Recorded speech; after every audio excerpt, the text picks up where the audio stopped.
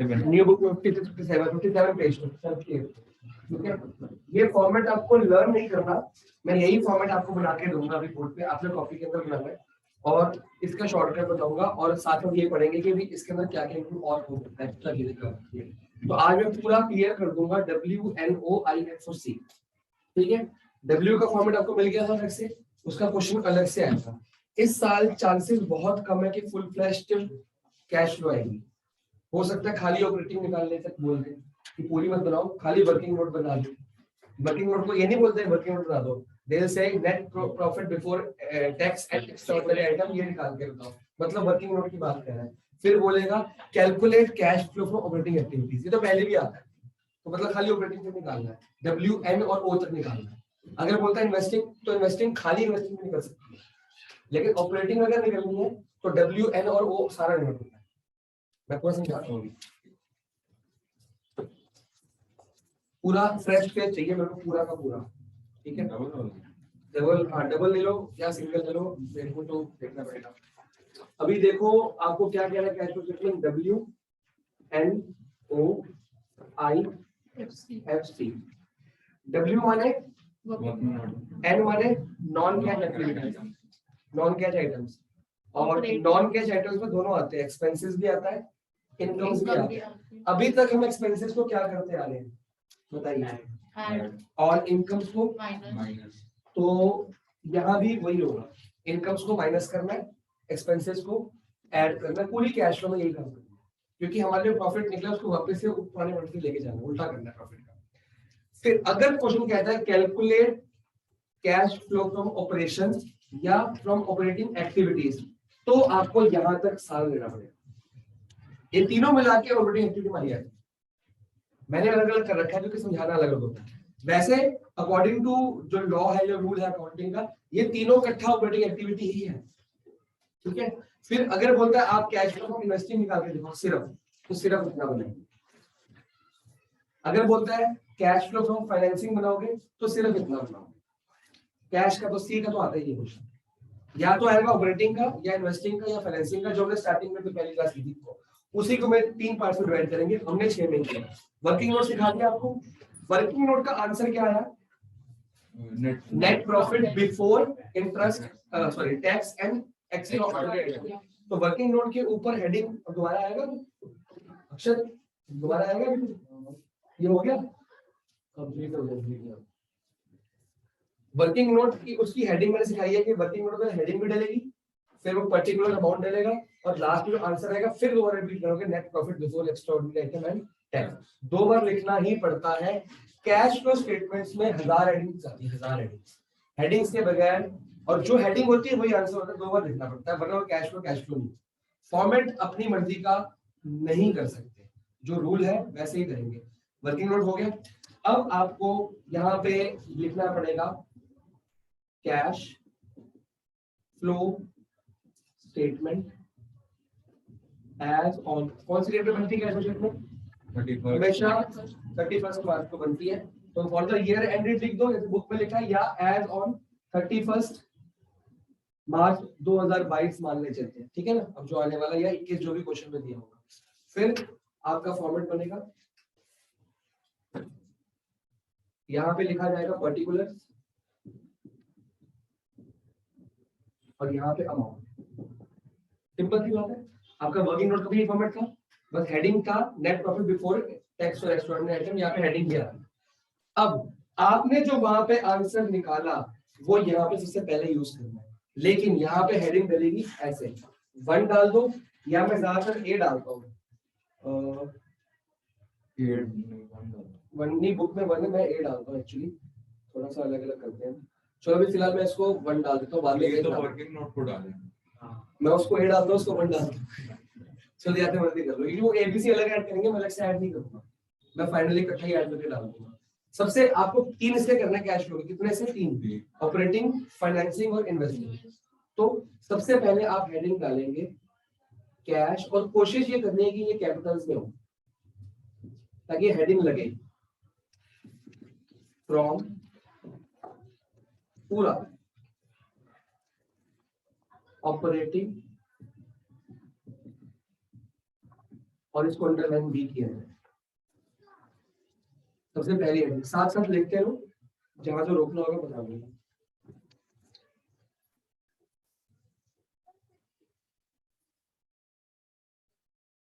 ये हेडिंग है, इसके सामने जो हेडिंग होगी मैं अंडरलाइन करूंगा, कैपिटल में सामने कोई अमाउंट नहीं आएगा, ठीक है।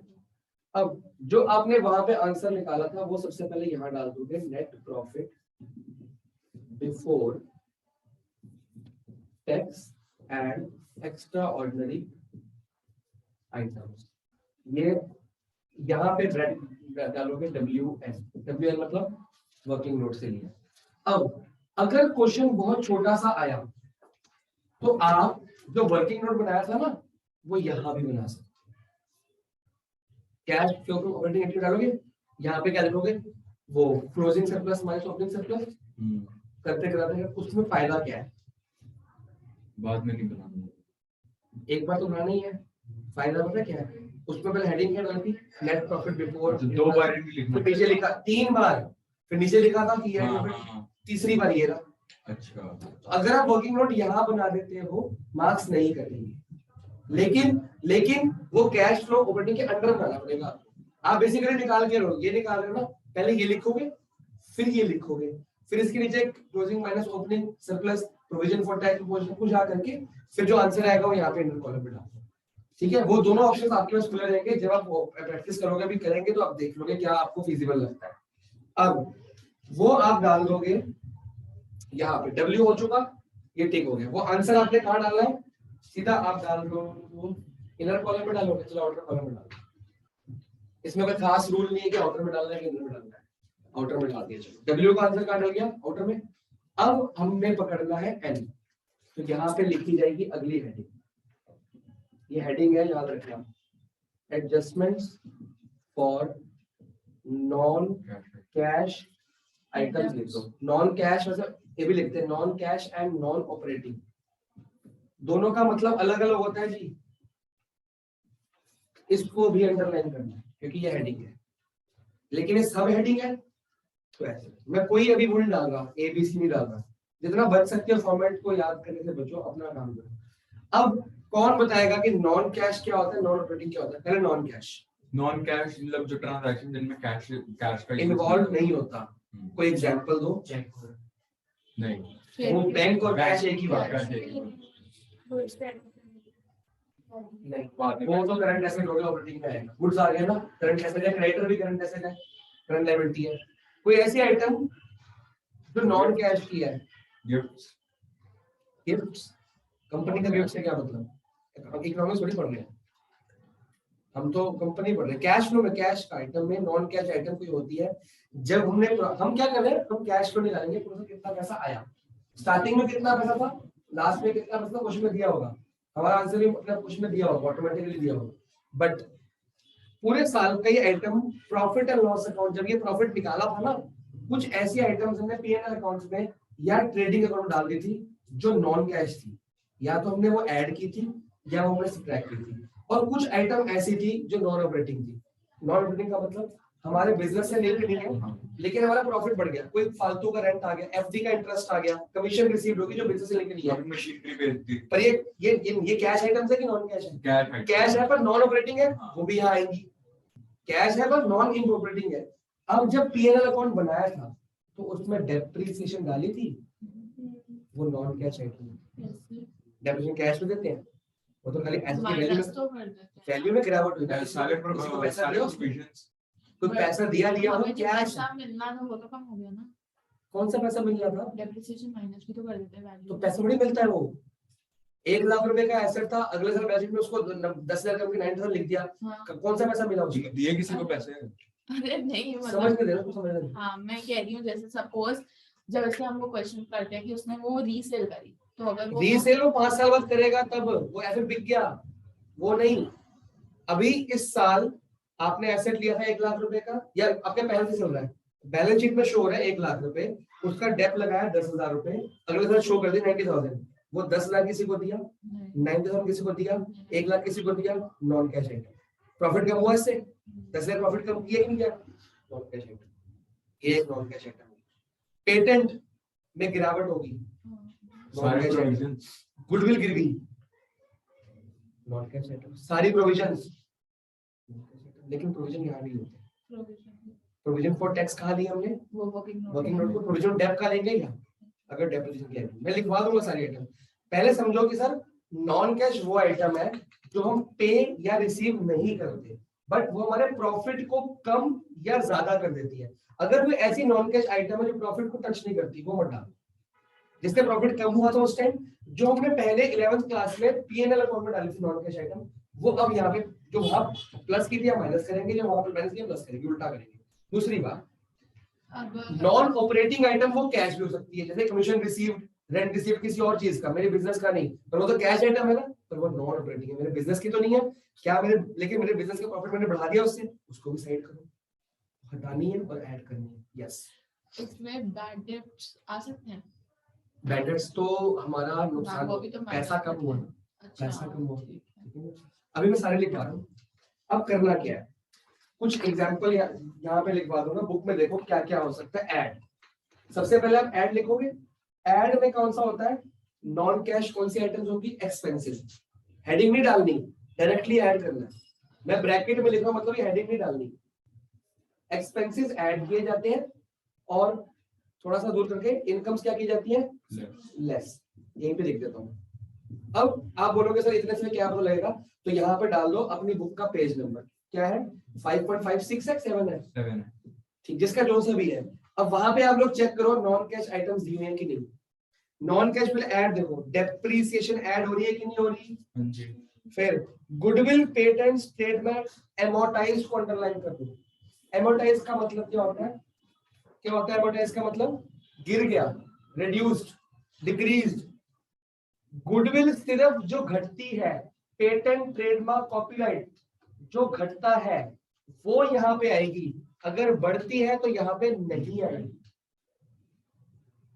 वो नेक्स्ट वन में भी नहीं आएगी। ये एक एडजस्टमेंट है, जब एडजस्टमेंट का टाइम आएगा तब दोबारा करूंगा। गुडविल घटती है तो नॉन कैश आइटम है, बढ़ती है तो इन्वेस्टिंग एक्टिविटी। एक फिक्स गुडविल एक फिक्स एसेट भी तो है तरह देखा जाए तो, और फिक्स एसेट की जगह कौन सी है, इन्वेस्टिंग एक्टिविटी। तो अगर गुडविल गिरती है, क्योंकि गुडविल इंटेंजिबल है, इंटेंजिबल कोई भी एसेट गिरता है तो नॉन कैश गिरता है। और गिरता है मतलब फर्क देखना है, previous year 1 lakh, current year 80,000, गिरा बढ़ा, गिरा। अगर करंट ईयर कम है तो गिरता है, तो डिफरेंस कितने का आया, 20। वो 20 डालना, डिफरेंस डालना है यहाँ पे, कितने से गिरा वो खर्चा था मेरा, ना प्रीवियस ईयर डालना है ना करंट ईयर, डिफरेंस डालना है। क्लियर हुआ बेटा। गुडविल गिरती है तो नॉन कैश, गुडविल बढ़ती है तो इन्वेस्टिंग। वो वहां प्लस माइनस करना बाद में बताऊंगा, अभी तक में कोई डाउट। अब बाय चांस जैसे क्या कहते हैं, पता नहीं ये इससे लिंक होगा या नहीं, पूछोगे तभी तो, कि अगर हमारी जैसे कभी स्ट्राइक्स वगैरह हो जाती हैं तो उस वजह से काम जो रुक जाता है और प्रोडक्शन लेट हो जाती है, तो उसका इससे कोई लिंक हो सकता है? क्योंकि हमने ना उसमें तो वैल्यू लॉस बैलेंस में लेस किया, हमने यहाँ वो वैल्यू नहीं जो हमने last year pre profit and loss में डाली थी। अच्छा, अगर वहां नहीं डाली तो यहाँ पे डालेंगे। स्ट्राइक का कुछ हमने लॉस वहां पे डाला ही नहीं, ठीक है ना, तो यहाँ पे डालेंगे। अगर डाला होगा अब फिर डालेंगे, पर वहां डालेंगे क्या, स्ट्राइक से कैसा लॉस हो पता कैसे लगा, मतलब प्रोडक्शन ही बंद पड़ी, काम ही नहीं हुआ, टारगेट अचीव। तो एक्स्ट्राऑर्डिनरी आइटम्स उसमें अमाउंट तो पता हो ना कितना नुकसान हो, फिर वो वक्त में डालेंगे। एक्स्ट्राऑर्डिनरी आइटम जो पे करते हैं वो ऐड कर दो, जो माइनस करते हैं वो हाँ वो मान सकता हूं मैं, ठीक है ना। एक्स्ट्राऑर्डिनरी आइटम वही ना, इरेगुलरिटीज होती है। चलो थर्ड क्या है, इंटरेस्ट ऑन बैंक ओडी या cash credit. Third point non cash नहीं, बैंक को जो इंटरेस्ट देते हैं ना, किस पे, बैंक ओडी पे, सिर्फ बैंक ओडी लिखा है या कैश क्रेडिट। कैश क्रेडिट क्या होता है, क्रेडिट कार्ड, ये भी नॉन कैश आइटम है। क्यों, क्योंकि बैंक जो हमारा इंटरेस्ट है ना हमारी कंपनी से नहीं लेता, हमारे अकाउंट से अपने आप ही काट लेता है, हमसे पूछ के नहीं लेगा बैंक अकाउंट, ओवरड्राफ्ट के ऑटोमेटिकली कट जाएगा। लोन पे इंटरेस्ट हम देते हैं, पे करते हैं, ओडी का तो अपने आप कट कटा के मिलता है। तो उसमें क्रेडिट कार्ड कैसे लिंक होगा? कैश क्रेडिट लिखा तो होगा, तो वही क्रेडिट कार्ड में क्या इंटरेस्ट? कैश क्रेडिट वो होता है जो आपने पैसा कैश पे लिया तो आपको थोड़े टाइम बाद वापस करना होगा बैंक को, तो इंटरेस्ट हमें वापस कर दोगे ना, इंटरेस्ट उसके अंदर बैंक ऑलरेडी इंटरेस्ट काट के देगा, आपकी जेब से नहीं गया। आगे इंटरेस्ट ऑन, जो कुछ चीजें याद करनी होगी, कुछ हो जाएंगी। इंटरेस्ट ऑन बैंक ओडी जो लिखा है ना बहुत कम आएगा, तो ये याद करने वाली है। डेप्रिसिएशन हर क्वेश्चन में आएगा, और क्या था, गुडविल हर क्वेश्चन में आएगा, तो वो याद हो जाएगा। फिर इंटरेस्ट ऑन बोरिंग, लेकिन बोरिंग कौन सा है, short term and long term. तो हमने पहले क्या पढ़ा था, इंटरेस्ट ऑन बोरिंग कहाँ डालना है, अभी मैंने कहा ना वो उसमें इन्वेस्ट फाइनेंसिंग में, पेड है ना ये, तो एक बार फाइनेंसिंग चेक करो, वहां पे है क्या interest on borrowing, financing check करो अगले पेज पे।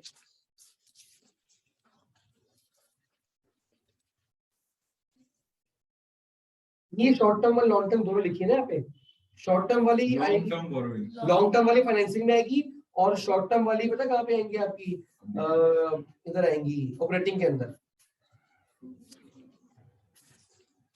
यहाँ लिखा नहीं हुआ, लेकिन एक्सपेंसिव और इनकम लिखी है, एक्सपेंसिव है ना बेसिकली, तो दो जगह क्यों आ रही है आइटम्स, ये दो जगह ही आएगी, ये एडजस्टमेंट्स होती है दोनों।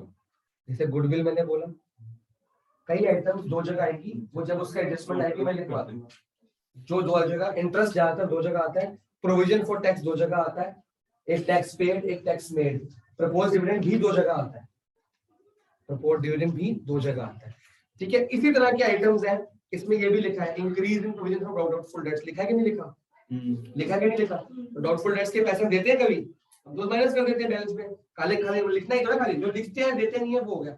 एक जो इंपॉर्टेंट आइटम है, आपकी तीन इंपॉर्टेंट आइटम है, बताऊं कौन सी, सबसे पहली अंडरलाइन करो डेप्रिसिएशन, सेकंड अंडरलाइन करो गुडविल वाली लाइन पूरी, तीसरी जो है loss on sale of fixed asset, ये बात आती है। अगर फिक्स्ड एसेट जिस पे डेप माइनस माइनस करते हैं, डेप भी यहां डाल दी, डेप यहां डाल दी आपने, गुडविल अगर क्या होगी, कम हो गई, रिड्यूस या एमोर्टाइज, वो यहां डाल दी। तीसरी आइटम है loss on sale of fixed asset, fixed asset जो वही मशीनरी पे डेप लगाते आ रहे हो, मशीनरी 10 साल बाद बेच दी, अगर बेचने पे लॉस हुआ तो वो यहाँ पे आएगा, क्योंकि वो लॉस नॉन ऑपरेटिंग है, वो क्या है, नॉन ऑपरेटिंग, उस लॉस का मेरी कंपनी के लॉस से भी फर्क है, वो तो मशीनरी बिकने पे लॉस हुआ है। अब यहाँ पे ये लॉस निकालने के लिए 11th क्लास का डेप्रिसिएशन अकाउंट आना चाहिए। ऐसे पूरा अकाउंट बनाना पड़ेगा या फिर रफली करना? फायदा ये है कि उस चैप्टर में 5 साल 6 साल का बनाना पड़ता था, इस बार आपको एक ही साल का बनाना, जिसका मशीन में दो मेथड्स थे ना, वो दोनों यूज हो जाते हैं, जो सा क्वेश्चन में दिया हो। आपको लास्ट ईयर का पढ़ाना है, आपको डेप्थ दी होगी कितनी %, आपको मेथड से ही मतलब नहीं है, आपको पूरा 11th का चैप्टर में 5 साल का नहीं निकालना, जिस साल मशीनरी बिक रही है उस साल का बनाना है, तो वो बहुत सारे क्वेश्चन में रिपीट होगा, वर्किंग नोट में आएगा, तो वो आप बना के सीखेंगे, ठीक है। मेरे को एक चीज पूछनी है कि आप जैसे भी आप नॉन कैश बोल रहे थे, तो मैं ये नॉन कैश, हाँ, ये नॉन कैश, ये नॉन ऑपरेटिंग, दोनों आगे non cash non operating. Similarly अब लेस क्या होगा, ये खर्चे सारे, तो अगर लॉस ऐड हुआ था तो प्रॉफिट, तो गेन और प्रॉफिट में क्या फर्क है बालक, गेन ऑपरेटिंग का होता है और नॉन ऑपरेटिंग का होता है। नहीं, गेन कभी कभार होता है, अभी नॉन ऑपरेटिंग एसेट कभी बिकता है सालों में, उस पे बाई चांस फायदा हो गया तो गेन, प्रॉफिट तो हर साल होगा, रेगुलर इनकम होती है प्रॉफिट, गेन प्रॉफिट नहीं होता। अगर एसेट बेचते हुए गेन हो गया तो क्या हो गया, सेल ऑफ फिक्स्ड एसेट, ये तो ऐड कर दोगे, और हर तरह की इंटरेस्ट इनकम, जितने भी इनकम्स होंगी ना, नॉन ऑपरेटिंग इनकम सारी यहाँ पे आ जाएंगी, इनकम्स, ठीक है, लिख दिया। फिर ये जो सामान है ये आप कहाँ लिखेंगे, इनर कॉलम में यहाँ पे, या अगर आप चाहो, इन्होंने कहा इन्होंने आउटर कॉलम में डाल दिया, आउटर में डाल दिया, या फिर सब कुछ ऐड कर दो, ये सारा ऐड कर दोगे और ये सारा क्या कर दोगे, लेस वाले को ब्रैकेट लगाएंगे, बाकी जो क्वेश्चन करने आइडिया लग जाएगा। इसका एक आंसर निकलेगा खाली इतने क्वेश्चन का, वो कहाँ डाल देना है, बाहर, अंदर मैंने x लिखा है तो बाहर में कुछ और बाहर आ जाएगा, इसका आंसर इसी लाइन में आएगा, लेकिन आंसर इसका आंसर इसी लाइन में लिखेंगे आप। अब ये जो आंसर आया, ऊपर भी एक आंसर था, ऊपर आपका आंसर कहां से आया था, W से, ये W का आंसर आ गया ऊपर वर्किंग नोट से। अब ये जो आंसर निकला, ऐड करा यहाँ पे, सब्ट्रैक्ट करा इनर कॉलम में, ये आंसर किसका निकला, N। इन दोनों को क्या कर देंगे, ऐड। अगर तो ये आंसर प्लस है तो प्लस कर दो, अगर बाई चांस ये आंसर नेगेटिव में, ये नेगेटिव भी तो आ सकता है, तो माइनस कर दो, बेसिकली ऐड ही हुआ ना, आपको तो प्लस का साइन देखना, अगर यहाँ माइनस कर दो, इन दोनों का जो आंसर आएगा वो यहाँ पे आएगा, इसको ऐड सब्ट्रैक्ट करके। और इस आइटम को हम बोलते हैं, ये जो निकला है तीसरी हेडिंग निकली, ऑपरेटिंग प्रॉफिट। अगर आपको याद हो चैप्टर रेशियो, ऑपरेटिंग प्रॉफिट निकालने का फॉर्मूला था non operating income add expenses add करो, non operating income non operating expenses add कर दो, नॉन माइनस कर दो, रेशियो कैसे सीखा था, सेम चीज चल रही है। तो इसको बोलते हैं उसमें तो वो भी आती थी ना, net revenue profit. From net profit कैसे निकालते थे, रेवेन्यू को माइनस कर सीओजीएस, तो नेट प्रॉफिट निकलता था ना, तो नेट प्रॉफिट ये रहा। ये नेट प्रॉफिट में तो किया हमने आंसर, नेट प्रॉफिट में ये ऐड कर दिया, ये माइनस कर दिया, will get operating profit. Operating profit before working capital changes, अभी क्या निकला है, operating profit before working capital changes, NB हो गया। एन समझ आ गया, बाकी क्वेश्चन करेंगे ड्रेन में आ जाएगा। फिलहाल मोटा मोटा आज फॉर्मेट की मेन वाली है। मेरे को एक चीज बताओ, सो एम्प्लॉय प्रोविडेंट फंड हमारा क्या, वो रिजॉर्ट्स में तो लायबिलिटी, लायबिलिटी, ठीक है। अब यहाँ पे आ गया, इसको भी हमने अंडरलाइन करना है क्योंकि इसका आंसर अपने आप निकला, हमने नहीं निकाला, ठीक है जी। अब हमारे पास क्या आता है, ओ आता है। ओ में क्या सिखाया था मैंने, ओ का मतलब में क्या था, ऑपरेटिंग एक्टिविटीज में क्या था उसमें, current assets and current liability. क्यों भूल जा रही सारा कुछ बेटा, जब आते हो ना एक बार पिछला करके आया करो, बस थोड़ा सा करके आया करो, कोई बात नहीं, अभी तो स्टार्ट हुआ है ना, रिपीट हो जाएगा।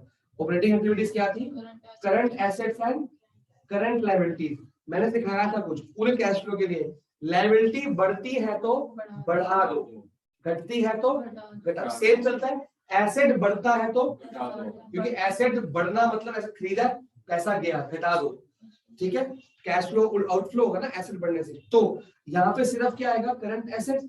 अब मेरे को छोटी सी बात बताओ, या तो इसमें ऐड और सब्ट्रैक्ट अलग अलग कर सकते हो, ये जैसा दिया है, एसेट बढ़ रहा है, increase in current asset, decrease in current asset, खुद ही प्लस माइनस कर लो, कोई फर्क नहीं पड़ता ऊपर नीचे। अगर मैं ऐड में चाहूँ तो ऐड में क्या क्या आएगा, क्या क्या ऐड करना, बढ़ाना मतलब ऐड करना, लायबिलिटी बढ़ रही है तो बढ़ाना, लायबिलिटी बढ़ रही है तो बढ़ाते ही हैं, इंक्रीज इन करंट लायबिलिटी, और एसेट घट रहा है तो घटा बढ़ा दो, तो बढ़ा दो, हाँ सही है।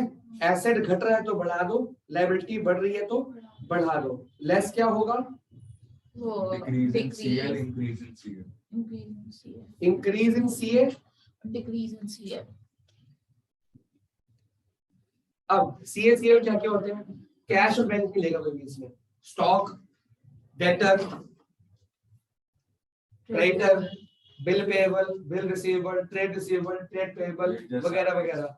शॉर्ट टर्म वो तो हाँ वेजेस इनकम्स भी लेंगे, यहाँ पे इनकम्स भी लेंगे, एक्सपेंसेस भी लेंगे, एक्सपेंसेस ऐड कर दो आप, लेकिन कौन से एक्सपेंसेस नहीं है पता है, बट सैलरी वेजेस तो आपने ये नहीं बोला था कि ऑपरेटिंग में आएंगे, ऑपरेटिंग। अच्छा इसकी हेडिंग डालना भूल गया मैं, रुक जाओ। अच्छा तो हेडिंग डाली हुई है, ठीक है, ऑपरेटिंग चल तो रहेंगे।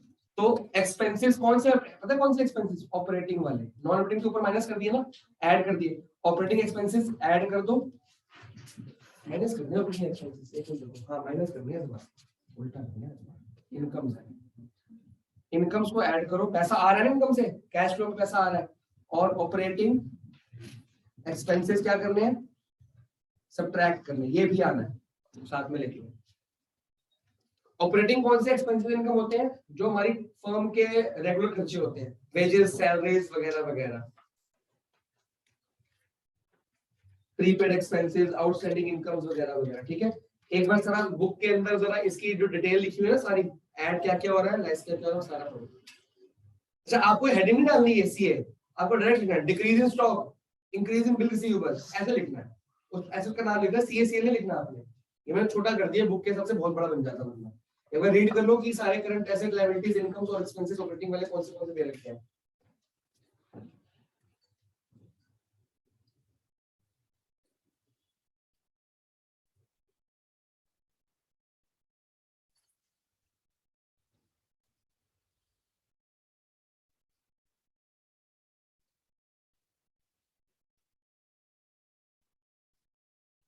इसको रीड करूंगा, इसका जो आंसर आता है वो होता है, देखो मैं एबीसी कुछ नहीं लगा, हर क्वेश्चन का फॉर्मेट अलग होगा, आपको बस ये याद करना WNOIFC याद करना है, अभी भी वही चल रहा है।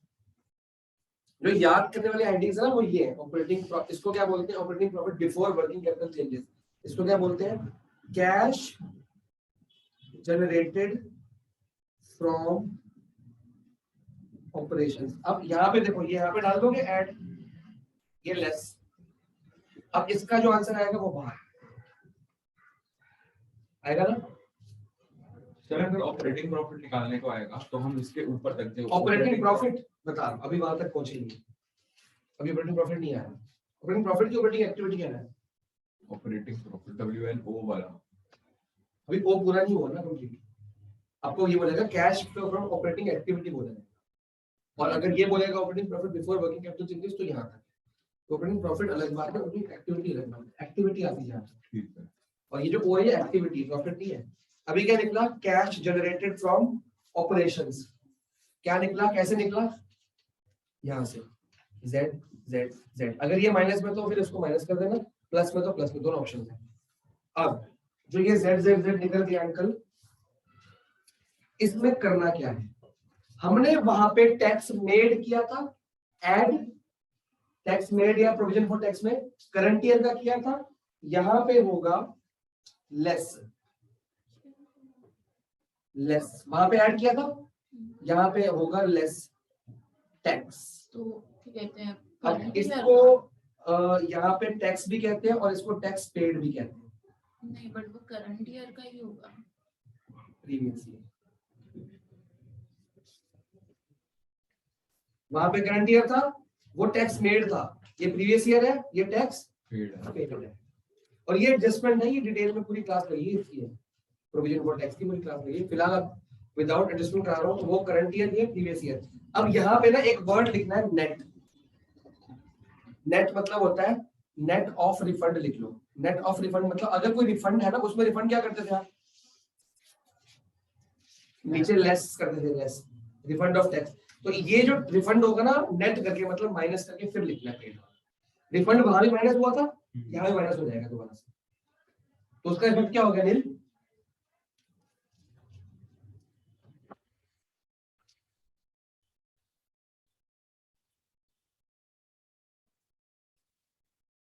यहाँ पे जो आंसर आता है, देखो बुक में एक और चीज लिखी है, एक्स्ट्राऑर्डिनरी आइटम भी लिखी है, मतलब कि एक्स्ट्राऑर्डिनरी आइटम कहाँ कहाँ आती है, देखो बुक में लिखा नहीं, लिखा चेक करो, मैं भी बोर्ड पे नहीं लिखूंगा, बुक में लिखा नहीं लिखा, दो जगह आती है। अगर वो एक्स्ट्राऑर्डिनरी आइटम एडजस्टमेंट में दी है तो वर्किंग नोट में भी आएगी, यहाँ भी आएगी, लेकिन क्वेश्चन में दी है तो खाली वर्किंग नोट पे आएगी। ठीक है, मैं इसलिए नहीं लिख रहा अभी यहाँ पे, क्योंकि एडजस्टमेंट नहीं करा रहा मैं अभी। अब यहाँ जो टैक्स लेस करने के बाद जो आंसर आया है, that is your cash flow from operating activities. यहां तक क्वेश्चन टफ होता है, इसके बाद इजी होता है, क्योंकि अभी तक ओ यू है खाली, अभी तक एफसी तक पहुंचे नहीं, आई भी नहीं हुआ। यहां तक जो आंसर है वो क्या आया, कैश फ्लो फ्रॉम। अब देखो ये था आंसर बाहर, तो टैक्स भी बाहर लिखना पड़ेगा मेरे को। अब होता क्या है, अगर मेरा आंसर यहाँ पे पॉजिटिव आया तो मैं लिखूंगा फ्लो, नहीं आया तो अगर मेरा आंसर आया नेगेटिव तो मैं लिखूंगा यूज्ड। अगर लिखूंगा फ्लो तो फ्लो फ्रॉम और यूज्ड इन। अगर आंसर क्या लिखना है, पॉजिटिव आया तो cash flow from operating activities, और अगर नेगेटिव यहाँ पे आंसर आया तो क्या लिखूंगा, कैश यूज्ड इन। कैश कम हुआ ना, नेगेटिव मतलब कैश चला गया, तो कैश फ्लो का मतलब होता है आउट इनफ्लो। तो जब पैसा नेगेटिव आ रहा है तो मतलब पैसा आया थोड़ी गया, तो cash used in operating activities. यहां तक दोबारा पढ़ो, फिर आगे बढ़ते हैं। अभी तक हम ऑपरेटिंग एक्टिविटी तक पहुंचे हैं, आईएफसी बचा हुआ है अभी, इसीलिए लास्ट टाइम के लिए छोड़ के रखा।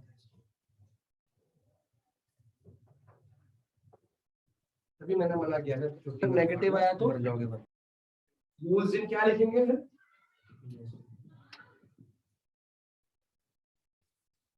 ये कैसे पता लगेगा तस्कीरा? पॉजिटिव और नेगेटिव। सिंपल सी बात है, पॉजिटिव आएगा नेगेटिव आएगा।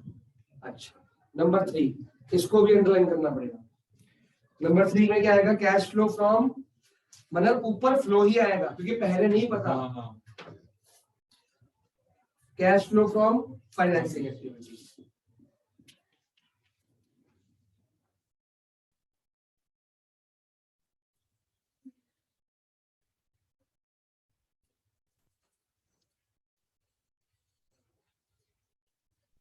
इसमें क्या क्या आइटम्स आती हैं? Current asset, current liability operating में आ गई, फिक्स एसेट यहाँ पे आ गए, यहाँ पे non current liability and equity, equity and डेब्ट, इक्विटी एंड डेब्ट, लॉन्ग टर्म बोरिंग डेब्ट भी होता है। बैलेंस शीट का फर्स्ट और सेकंड लायबिलिटी यहाँ पे, थर्ड लायबिलिटी करंट एसेट्स होती है, करंट लायबिलिटी होती है। अब फाइनेंसिंग में क्या करते हैं? लायबिलिटी है ना, लायबिलिटी बढ़ रही है तो बढ़ा दो, घट रही है तो। लायबिलिटी कब बढ़ती है बताऊं? इशू ऑफ इक्विटी शेयर्स या डिबेंचर्स, कुछ भी। Issue of equity shares and debentures होगा, लायबिलिटी होती है ना दोनों। अगर ये इशू है तो बढ़ रहे हैं तो यहाँ पे आएगा, और अगर रिडेम्पशन होगा तो घटा दो। मैंने एक लाइन में बहुत सारे आइटम डाल दी। रिडेम्पशन ऑफ कोई भी शेयर्स, कोई भी शेयर, इक्विटी डालो बेशक, कोई भी शेयर्स और डिबेंचर्स, सारे आगे इसमें। अब डिबेंचर के साथ में एक और वर्ड डाल दो, लॉन्ग टर्म बोरोइंग, वो जो लोन हुआ, और यहाँ पे भी लॉन्ग टर्म बोरोइंग। लायबिलिटी बढ़ रही है तो बढ़ा दो, घट रही है तो सिंपल सी बात है घटा दो। अब इसमें एक और चीज आएगी, वहां पे यहाँ पे देखो इंटरेस्ट एंड डिविडेंड रिसीव्ड आया था, नीचे लॉन्ग यहाँ पे आएगा इंटरेस्ट एंड डिविडेंड पेड। क्या कहना भाई? लेस में लॉन्ग टर्म बोरोइंग कैसे है?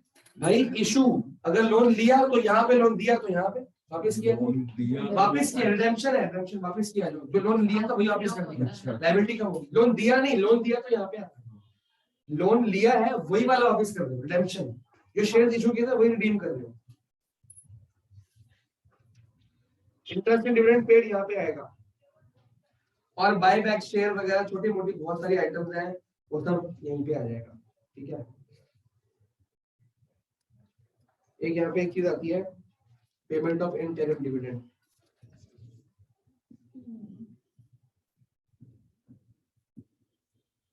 डिविडेंड पेड, ये वही एडजस्टमेंट हो करंट ईयर का नहीं, ये एडजस्टमेंट है। इंटरन डिविडेंड आप डाल दो फिलहाल करंट ईयर, जब आप समझ जरूरत होगी तो। इंटरन डिविडेंड कहाँ का डाल हमने? वहां भी डाल, वहां प्रीवियस ईयर का होता है करंट ईयर। ये इंटरन डिविडेंड की इंटरेस्ट अलग है। इसका जो आंसर आएगा वही इनर कॉलम में पहले अंदर, फिर इसका आंसर ऐसे लाइन डाल के एक लाइन नीचे लिखना है। तो इसका एक लाइन नीचे लिखा था, इसका एक लाइन नीचे लिखना है। ये क्या निकला? एफ निकला।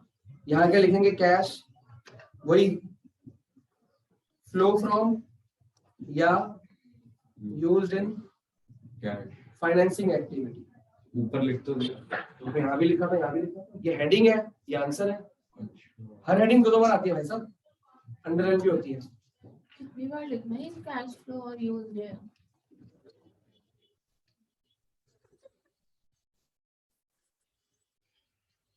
जो हमारा यहाँ मैंने कोई लाइन नहीं डाली थी, ओ आई, देखो ओ से पहले लाइन डाल दो कि ओ निकाल दिया। ओ एक सम या सब्ट्रैक्शन है। अब ओ आई और एफ इकट्ठा आंसर आएगा, इनको ऐड किया जाए। इसको हम बोलते हैं लास्ट में नेट इंक्रीज या डिक्रीज इन